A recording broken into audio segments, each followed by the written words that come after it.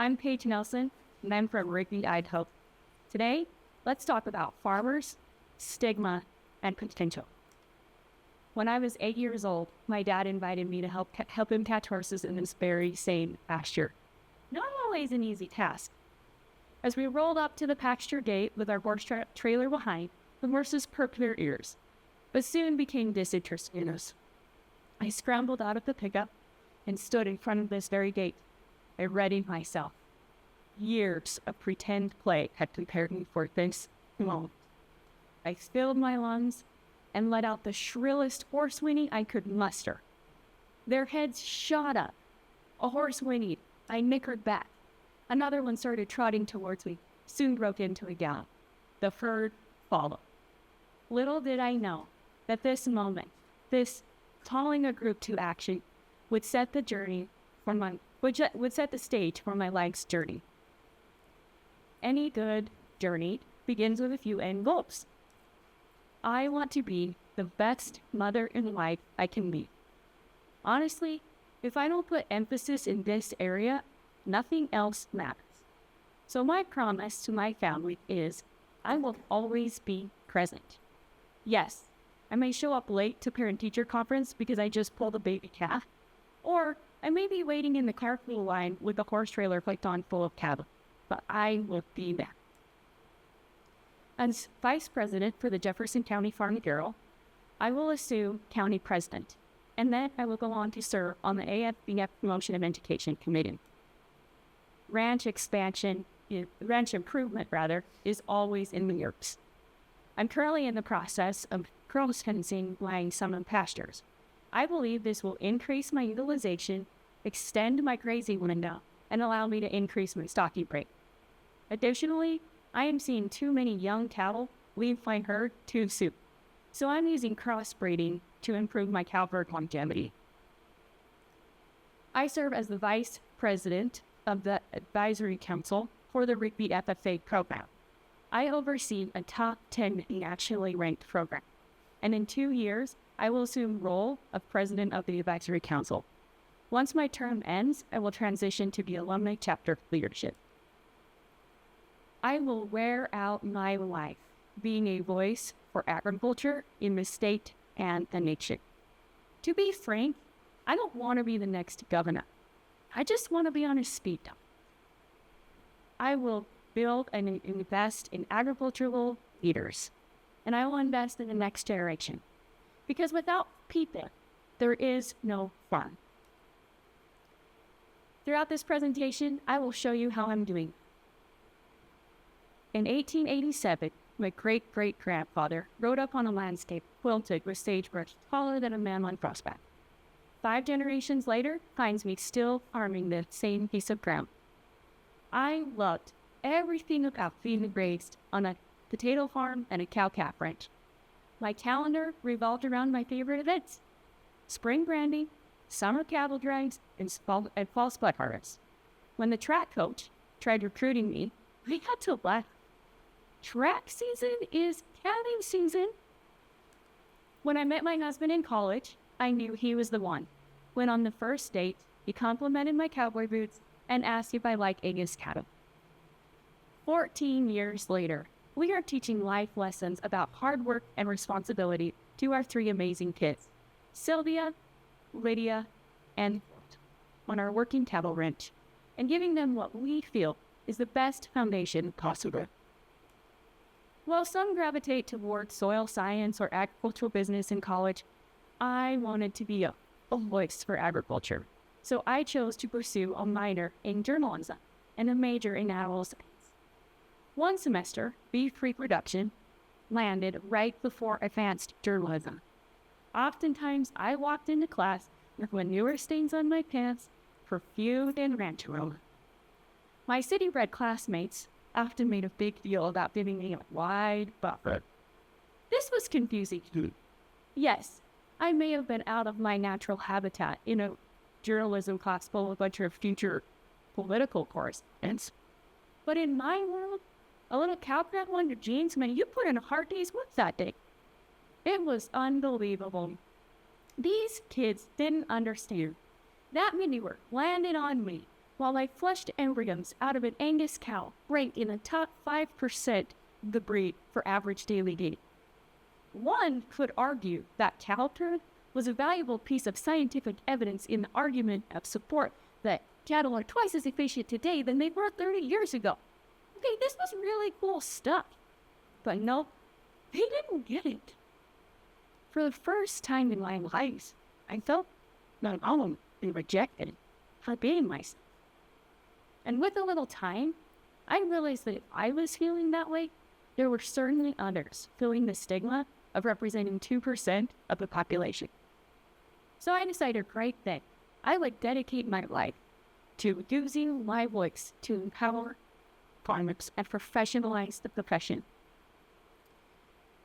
So I had my vision, but as many of you as can relate, I'm sure, my path was unclear. So I simply had to just begin. Influence in any industry comes down to credibility. The first question any good critical thinker will ask is, do you have skin in the game? Do you perk when costs are high and prices are low? Yes. As an employee on my parents' cow-calf ranch, Finnish feedlot, and potato farm, I work hard to ensure that my 5-generation farm is a viable option for my children to consider one day. Since purchasing some cattle in my husband's family operation, I now manage a 50-head cow-calf ranch. Thanks to a tighter calving window, we've been able to increase our calving death loss percentage by 12%. Additionally, with better management practices and the use of artificial insemination, we've increased our calf weaning weights by 150 pounds. This is my perfect.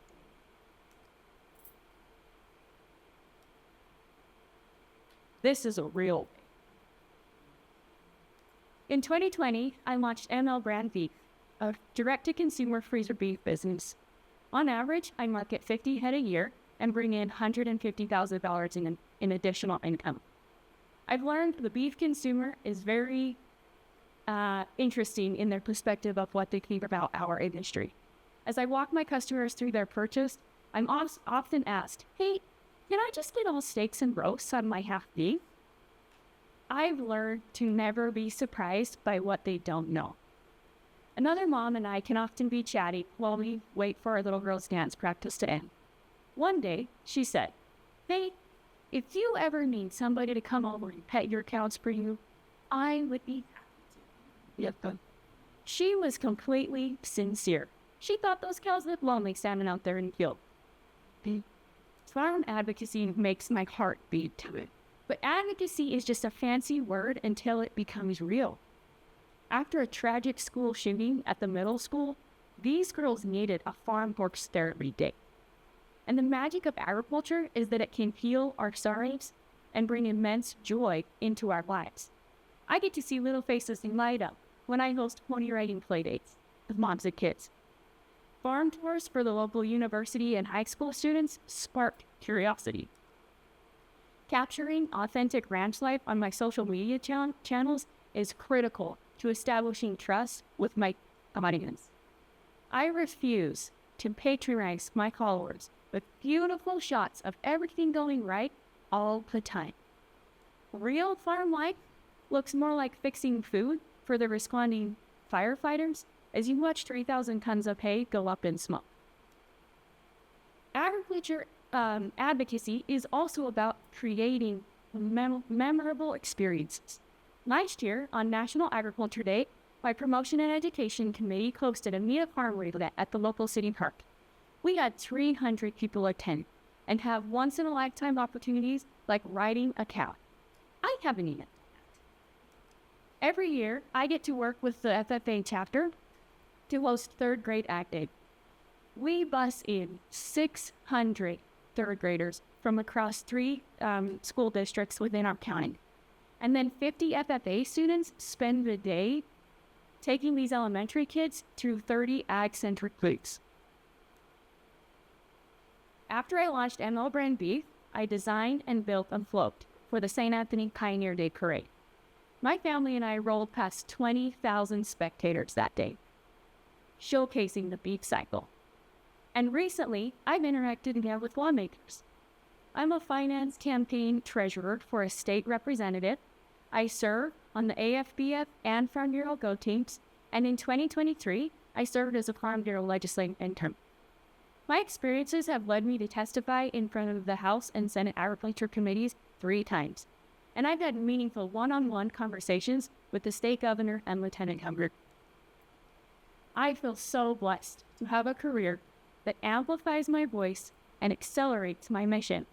I'm a freelance agriculture journalist, and my work with publications like the Angus Journal, which has a national audience of 62,000 readers, and more regional publications like Idaho iProud, deepen my connection with my audience.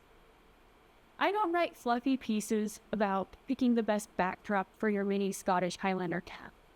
I write hard-hitting articles geared for ag professionals who seek to be on the cutting edge of their industry. Because of my work as a rancher and a journalist, there are 3 areas within agriculture that concern me. First, the stigma associated with being a farmer. Second, water allocation. And third, carbon sequestration's role in farming.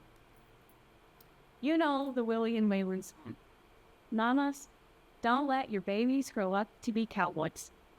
Think about those lyrics. Let them be doctors and lawyers and such. We have let pop culture tell us what we should be when we grow up. And the problem is, agriculturists don't view themselves in the same way that other professions do. So we believe it. We understand what they're saying. Number 2, water. Water allocation in Idaho is a life-threatening issue. We watched Idaho's water fight play out on the national stage last year. And first in right, first in time is solid doctrine. But it doesn't mean everyone gets equal water access. We know that what is above ground depends on what's below ground. A recharged aquifer facilitates a healthy ecosystem. Agriculture gets 95% of the water. We must use it well. On my farm, I am proud to know that our pioneer-era irrigation pond and recharge canal, built by my great-great-grandfather, have been deemed one of the state's best natural recharge sites. My farm area alone last year accounted for 35,000 acre-feet going into the ground. Because of that, we are careful with our nitrogen runoff and our fertilization timing to make sure that water stays as pure as possible. Third, carbon sequestration. According to AFBF, agriculture accounts for less than 10% of all carbon emissions, yet we face disproportionate blame. There are policies being enacted in Congress and company hearings that affect us. In my role as a journalist and a farmer, I was proud to help AFBF advocate against the Securities and Exchange Commission's harmful Scope 3 reporting requirements. I played a major part in sending 20,000 messages to Congress, confirming that rules meant for Wall Street should not spread to family farms.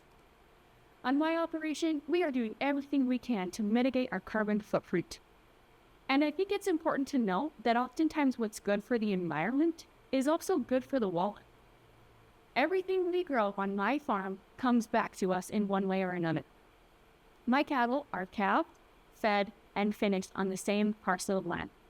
We grow all our feed within a few miles of the ranch, and my personal favorite, we use horses every chance we can to move our cattle. It doesn't get more green than actual horse. Turning our manure into compost and spreading it on our potato fields helps build our soil organic matter and helps protect those carbon capturing microbes. I would be amiss if I didn't mention Mother Nature's superhero, the ruminant animal. Cattle grazing allows us to maintain thousands of acres of rangeland, one of our best carbon sinks available. Farmers are solving our water crisis. According to AFBF, carbon will be our next valuable commodity. But neither of these success stories matter if we don't address the issue of stigma associated with being a farmer. Think about it. Soon as we grow up to be what we dreamed of, we start apologizing for it. How many times have you heard a doctor say, "I'm just a doctor"? How many times do you hear a farmer say, "I'm just a farmer"? The problem is, we don't view ourselves as professionals in the same way that doctors and lawyers and academics do. The truth is, farmers perform white-collar tasks every day. They just do it in dirty clothes. As a college student, I couldn't stand the thought of our best farm kids turning into white-collar professionals and then regretting it someday. So I decided to get rid of our languishing Society of Animal Science and replace it with a new concept, a new mission. I called it the Cattlemen's Society, and we were later endorsed by the Idaho Cattle Association. As head of recruitment, I reached in and outside of the ag majors for those farm kids that wanted to be professionals and wanted to be proud of their agricultural roots and their chosen profession. We recruited about 50 of those future doctors, lawyers, and farmers. I also organized and executed the very first BYU Idaho Ag Days. Ag Days accomplished exactly what I wanted. With the help of the Madison County Farm Bureau, we hosted 2,000 attendees, a university record, and they got to experience agriculture firsthand. As a newly appointed YFNR chair, my first goal was to organize a county committee. I'd seen what Cattlemen's Society and Ag Days had done, and I wanted to replicate that empowerment of those kids. So my committee hosted 2 farm events a year. We recruited inside and outside of production ag, and we partnered with the local FFA. We were the first in the state to host a high school discussion meet. We had 20 participants, and we gave away $900 in reward money. As a district chair, I reached out to young ag professionals alike, and I gave them roles within Farm Bureau. This empowerment built a legacy of success within my district. Since my tenure, we have had 5 state discussion week winners, 3 achiever winners, and 2 excellence winners. At the AFBF level, we've had a discussion meet winner and a top 10 achiever finalist. When you win a competitive Farm Bureau event, you start to believe success is achievable elsewhere. As a state YFNR vice chair, I helped revamp our annual leadership meeting into a YFNR-led event. I helped author a new statewide directive called the Plan. The Plan is directly related to 2 YFNR-age state legislators and countless other YFNR members serving in elected and voluntary positions besides Farm Bureau. I led the charge in creating the first statewide high school discussion, and I was proud to coach the district winner from my district on to victory, where she was awarded $1,400 in scholarship money. In 2022, I was appointed to the Idaho Farm Bureau Strategic Review Committee. I was tasked with authoring new mission and vision statements for Idaho Farm Bureau. Idaho Farm Bureau empowers Idaho agriculture. The time I spend in leadership organizations like Farm Bureau, I'm starting to see a shift in the mindset of farmers. I get to rub shoulders with farmers who view themselves as professionals. We can't quantify the entire impact of events like all of our Farm Bureau leadership meetings, BYU Idaho Ag Days, BYU Idaho Cattlemen's Society, or third grade Ag Days. But we can recognize that the people and the students that participate in those events become the coolest around. The kids become the coolest on campus. They're experts, they're resources, they are professionals. And that empowerment is contagious.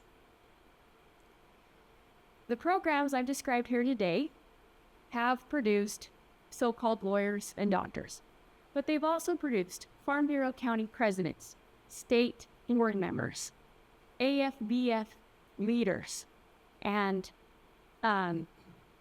leaders outside of Farm Bureau. I am so grateful that I didn't let the stigma I experienced that day in agriculture journalism stop me. I'm equally grateful that I had that experience, because without that feeling of stigma, I wouldn't have been empowered to find a potential that I didn't previously think I was capable of reaching. I leave you with this thought. We aren't farmers because we couldn't do anything else. We are farmers because we wouldn't settle for anything less. Thank you. I'll stand for questions. Yes. I really enjoyed your presentation. Thank you. Can you tell me you have a very impressive agricultural list. Can you tell me which of your experiences has been most rewarding to you and why? Thank you. Thank you for that question. That's quite an easy answer, actually. My participation in Farm Bureau, from as a young YFNR until the day I die, I hope, has built a network of friends and people that I actually consider family. And with those connections, we've been able to do amazing things. Had I not joined Farm Bureau, I wouldn't have a Farm Bureau family to lean on and rely on. And so I really appreciate that relationship and that network that I've built within this organization. You talked about farmers, stigma, and potential. Can you tell us the most exciting potential you've seen in agriculture? Yes, thank you. It's a great question. My work with the Ricky FFA program is inspiring. These kids decide, I'm not going to play volleyball, I'm not going to play basketball, I'm going to study rangeland science. I'm going to know every single plant there is to know, and then I'm going to go to nationals, and I'm going to compete against the nation. I mean, these kids are vested. They love it. They want to further agriculture, and they're willing to, do not fun things. Who wants to practice plant identification? But they love it. They do it. And they are reaching potentials that they didn't think was possible before they found out that day.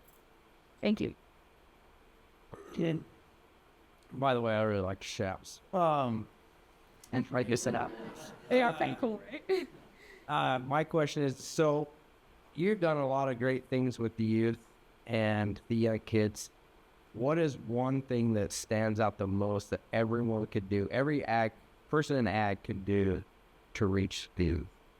Okay, so do you remember when I talked about the school shooting? That wasn't, obviously, I didn't know that was going to happen. No one knew that was going to happen. The day after it happened, I knew I had to act. I had to do something. And it's not like I have a lot of resources, but I have what I have. And when my cart is hurting, I need a horse. And I couldn't help but think, other people need horses too, right now. So on the spur of the moment, I called up the young women's group that I was in charge of, and I said, come over to my house. We're going to braid my horse's manes and tails. And those girls still talk. And so, that wasn't big. I didn't throw a party. I didn't host this big event. I just simply acted based on the resources that were at my disposal.